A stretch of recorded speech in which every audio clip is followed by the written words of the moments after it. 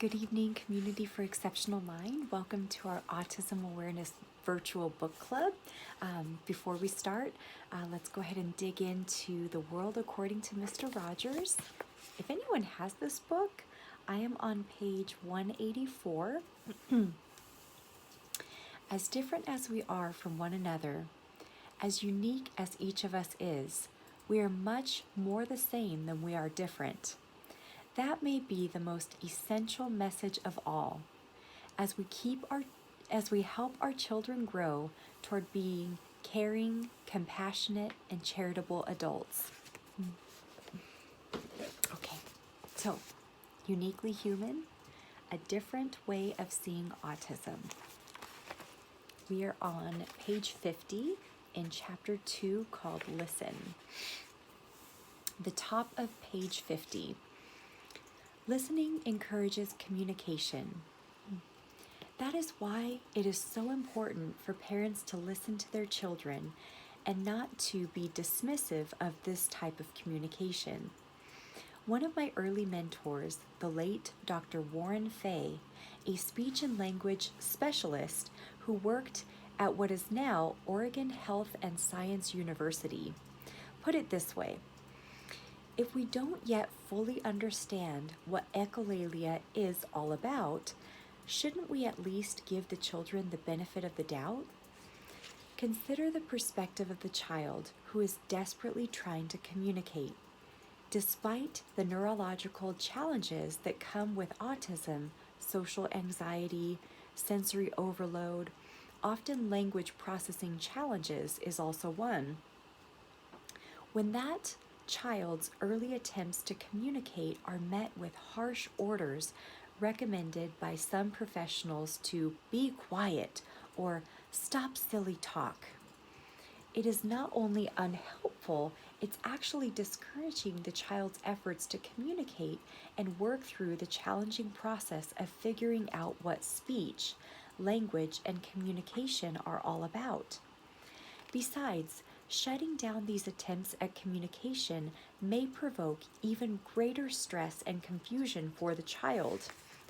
It's not surprising that many such children react by avoiding certain people, shutting down, and giving up. My simple advice: listen, observe, and ask why. When parents, teachers, and caring professionals do that, when they pay close attention to words and gestures and context, they often understand intuitively that echolalia is part of the process of learning to communicate.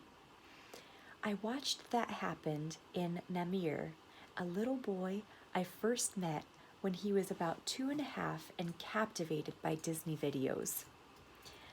That's a common theme in the children with whom I worked. Animated movies of all kinds hold a particular fascination for children with autism spectrum, capturing their attention like almost nothing else. Why? Many children find the predictability and consistency of animated characters, as well as the music, comforting, a welcome contrast to the unpredictable nature of real people in everyday situations. In Monsters, Inc. or Madagascar, the character's vocal, facial, and body language is exaggerated, making emotions easier to decipher for such children.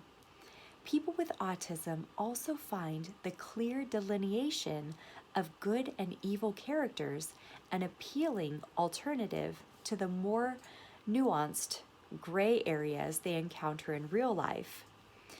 And repetitive viewing engender a reassuring sense of familiarity and mastery.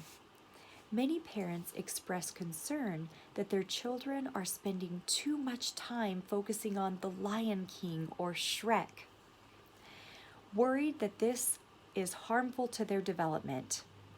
Therapists or other professionals often compound their fears, cautioning that repeated viewing of these movies can serve to exacerbate the behaviors or somehow intensify autism.